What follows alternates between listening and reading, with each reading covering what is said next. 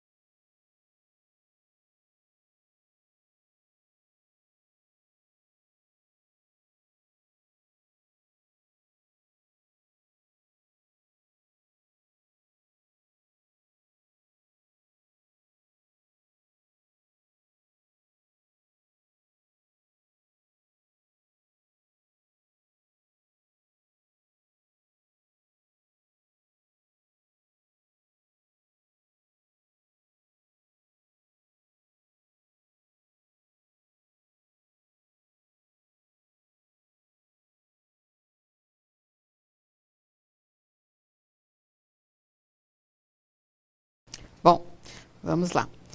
Professor José Jocelli. Beijo, professor.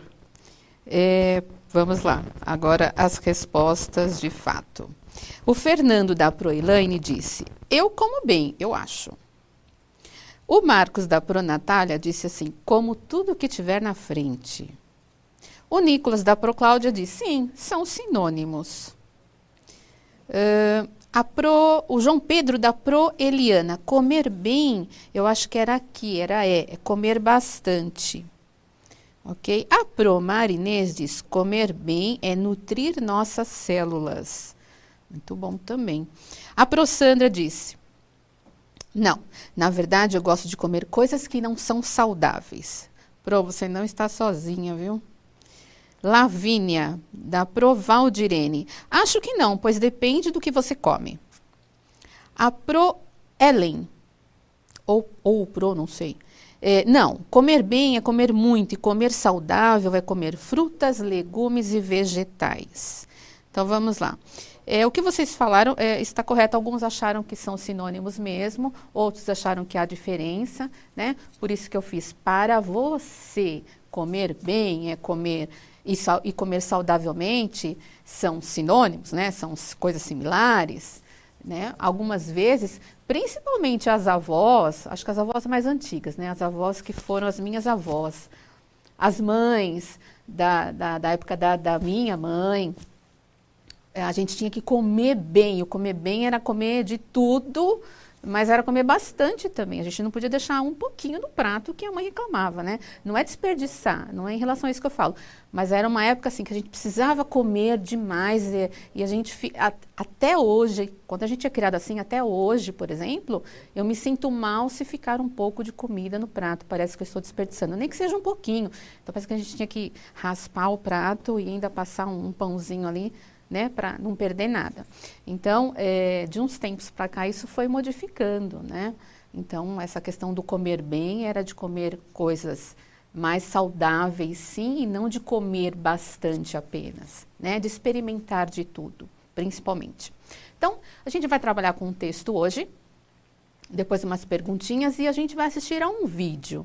Tá? Então, nós estamos iniciando uma nova sequência que está na página 29, ok? Do Aprender Sempre, do segundo bimestre. Então, vamos lá. Ó. Leitura de texto. Cresce o consumo de alimentos não saudáveis entre os menos escolarizados. Parte 1.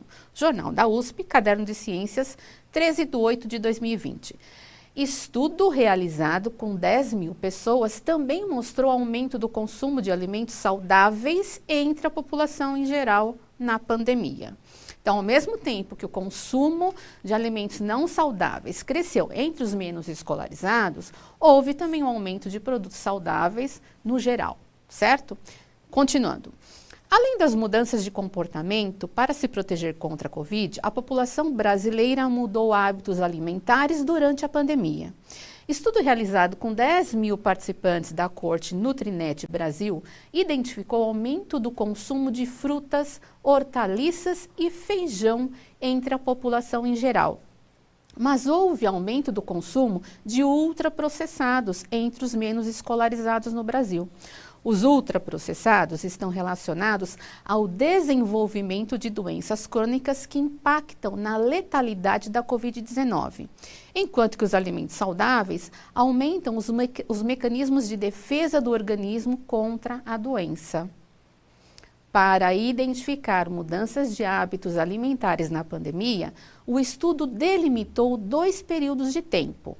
O primeiro, entre 26 de janeiro e 15 de fevereiro de 2020, e o segundo, entre 10 e 19 de maio de 2020. Um artigo sobre o tema, Mudanças na Alimentação da Coorte Nutrinet Brasil na vigência da Covid-19, será publicado em agosto na Revista de Saúde Pública.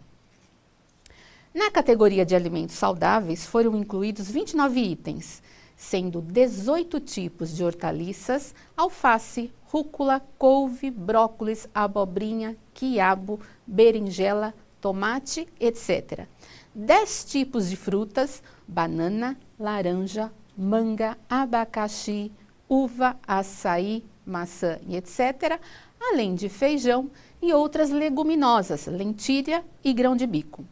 Na categoria de alimentos não saudáveis estavam os refrigerantes, sucos de caixinha, embutidos, pão de forma, macarrão instantâneo, pizzas, hambúrguer, margarina, batata frita congelada, maioneses, molhos prontos para saladas, salgadinhos de pacote, biscoitos doces, sorvete, cereal matinal açucarado, entre outros. Então, esses últimos aí, tenho certeza que várias pessoas se identificaram, hein? Com os não saudáveis. Ó, a produção aqui também está levantando a mão que sim. Então, certamente, se você optou pelo não saudável, se você opta, se você faz essa opção, então, você não está sozinho, mas está no grupo que precisa ficar esperto. Né, produção? Não estão sozinhos, mas estão na berlinda, ok? Vamos lá, então.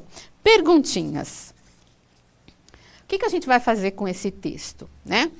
Nós vamos grifar o que for mais importante. Então, se vocês estão com o texto aí, se vocês conseguiram o material, o ideal seria que vocês fossem grifando, né? O grifar seria o quê? Destacar as partes mais importantes desse texto. Né? Se você não está com o texto, você vai fazendo anotações, ok? Então, 2 primeiras perguntas. Darei 2 minutos para vocês. O que o estudo pretende descobrir E que órgão científico realizou essa pesquisa?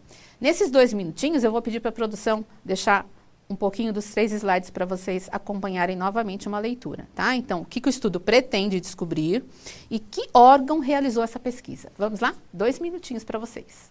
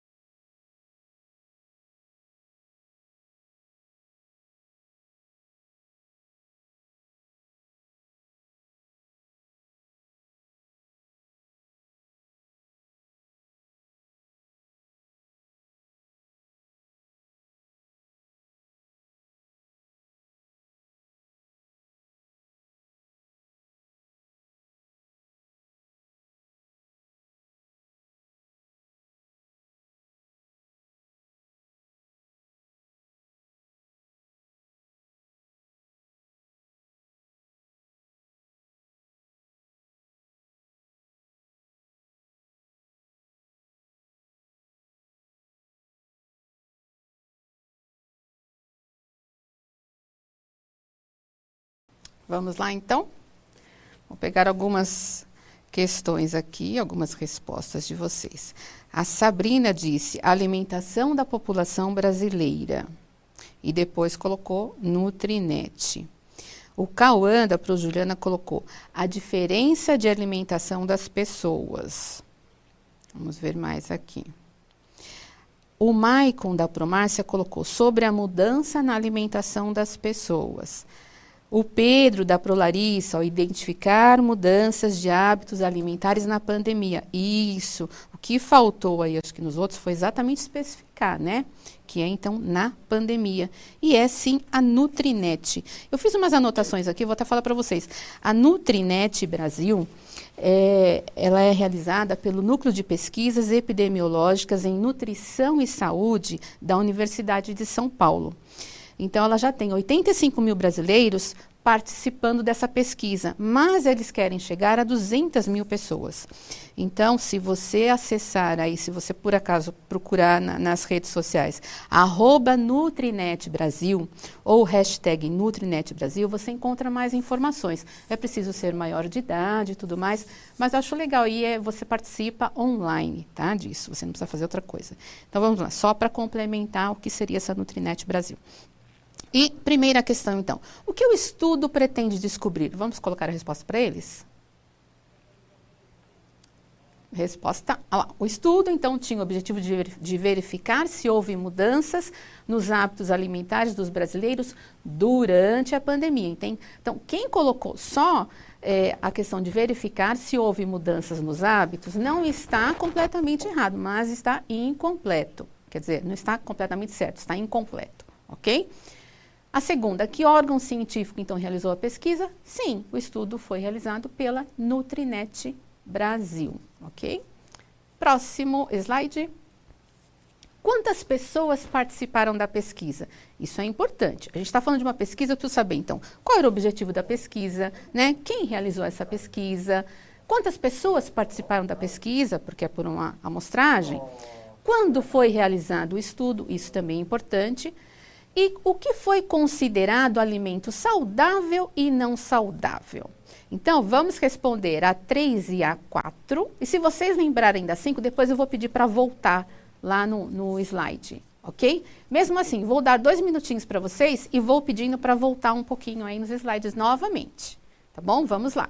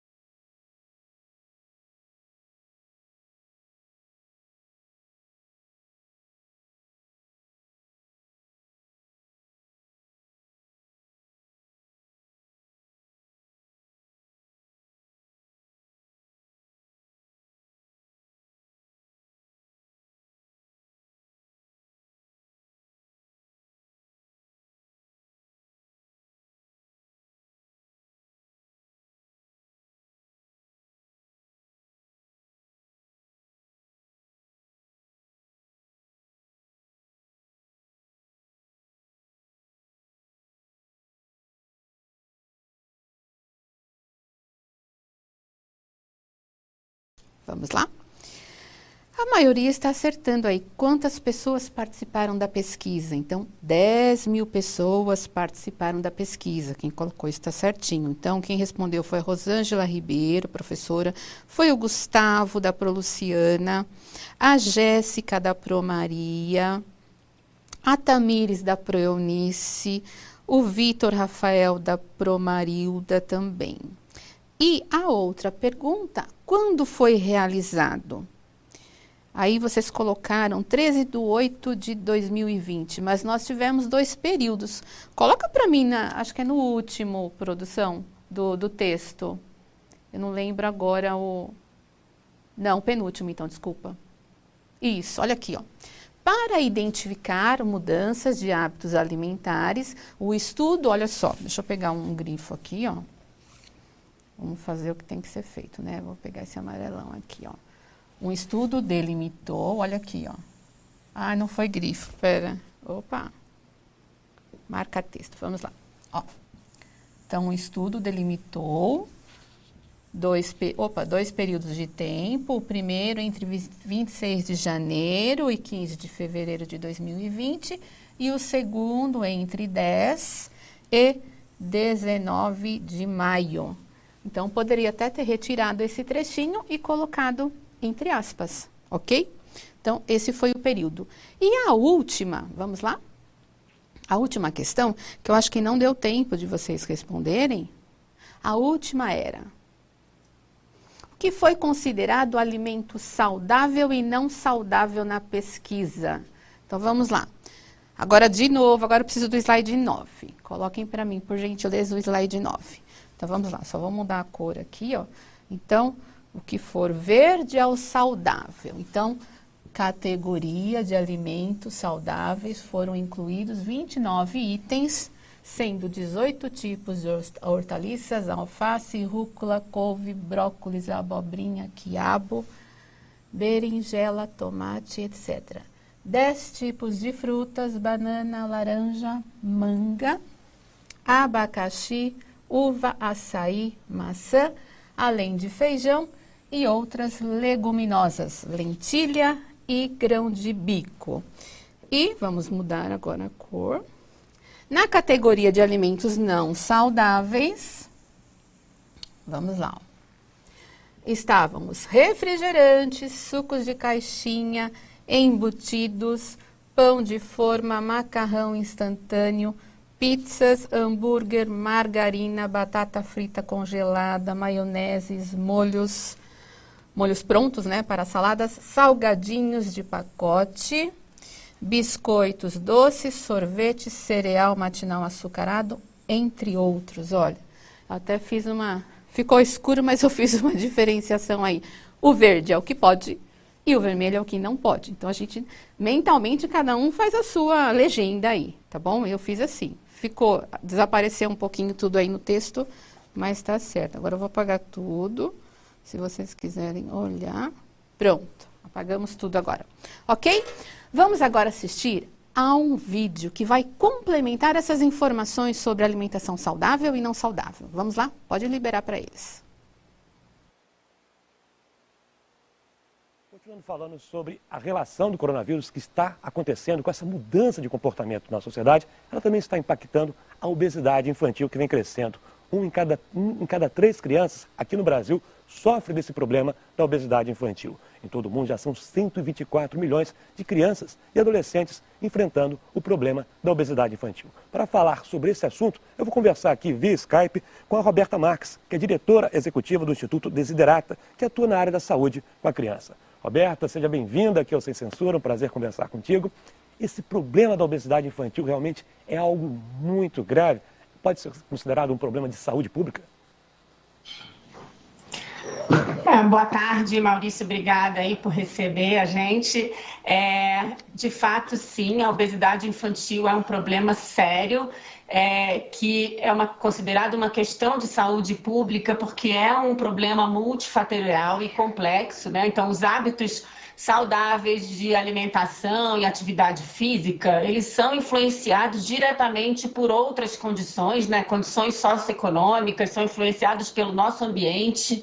Então, o nosso ambiente estimula muito o consumo de alimentos não saudáveis. Então, por exemplo, a publicidade direcionada à criança, a rotulagem de difícil compreensão, o próprio subsídio à indústria de bebida açucarada, o pouco acesso aos alimentos saudáveis, né, a baixa oferta e o preço alto, né, as condições de vida para a população, tudo isso influencia a escolha não saudável e essa pessoa acaba adquirindo esses alimentos não saudáveis. Então, por isso que a gente fala no Instituto Desiderata que a obesidade infantil não é um problema individual, ele é um problema, é uma questão de saúde pública. E os pais também têm que dar um bom exemplo, porque não adianta você falar para o seu filho, come alface, come chuchu, come uma alimentação saudável, se o pai chegar lá, a mãe come qualquer coisa, aqueles produtos industrializados, multiprocessados, que fazem um mal danado mesmo, né? Exatamente, eu acho que a gente tem que aproveitar esse momento do isolamento social, né, do distanciamento social, que a gente está em casa há mais tempo, né, que todo dia parece final de semana, para repensar essa nossa alimentação e ficar atento aos alimentos não saudáveis, né, especialmente nas casas onde a gente tem crianças, né, tentar induzir que essas crianças cozinhem, conheçam melhor os alimentos, né? A família não adquirir e deixar disponível alimentos ultraprocessados, né? Que a gente costuma dizer que os alimentos ultraprocessados têm diversos tipos de substâncias químicas e conservantes e questões que não são comidas de verdade, né? Então, você está comendo ali uma batata frita que você acha que é batata frita, mas que tem uma série de outras coisas dentro, né? Então, eu acho que a gente tem que aproveitar para prevenir, né, os problemas que essa obesidade pode causar no futuro, né? Então, assim, a questão hoje da pandemia, a pandemia em si, ela não causa a obesidade infantil, né? Mas a gente tem que aproveitar esse momento para rever os nossos hábitos alimentares e cultivar essa alimentação saudável para o futuro, né? Então, lá na frente, a gente vai estar prevenindo uma série de doenças crônicas que a obesidade infantil é um fator de risco. Tá certo, Roberta. Vamos agora escutar uma pergunta que foi enviada pela repórter Soraya Santos, que é da TV Ceará, em Fortaleza, uma parceira da TV Brasil, lá no Ceará, Grande Ceará. Vamos ouvir, então, a pergunta. Bom, esse vídeo ainda, a gente tem acho que mais uns 2 minutinhos para continuar, mas não vai dar tempo porque aqui, para nós, já estamos acabando, né? Mesmo assim, continuem assistindo, né, acessem o vídeo para vocês terminarem um pouco da explicação, porque nós continuaremos falando disso ainda, acho que umas 2 semanas pelo menos, tá? Essa semana e a próxima. Na sexta-feira, nós teremos uma médica oftalmologista fazendo uma associação aí da má alimentação com a diabetes e a diabetes acarretando glaucoma. Isso é super importante também. E na próxima sexta, nós teremos uma nutricionista complementando todas essas informações. Então, não percam, essas aulas estão, assim, bastante enriquecedoras para que nós repensemos aí nos nossos hábitos alimentares, ok? Na aula de hoje, então, identificamos as partes mais importantes do texto, grifando e organizando as informações para possibilitar a compreensão e ampliamos os nossos horizontes acerca do tema alimentação saudável versus pandemia, assistindo a um vídeo. Obrigada, produção. Obrigada, professores e alunos. 7º ano. Beijo para vocês. Até quinta.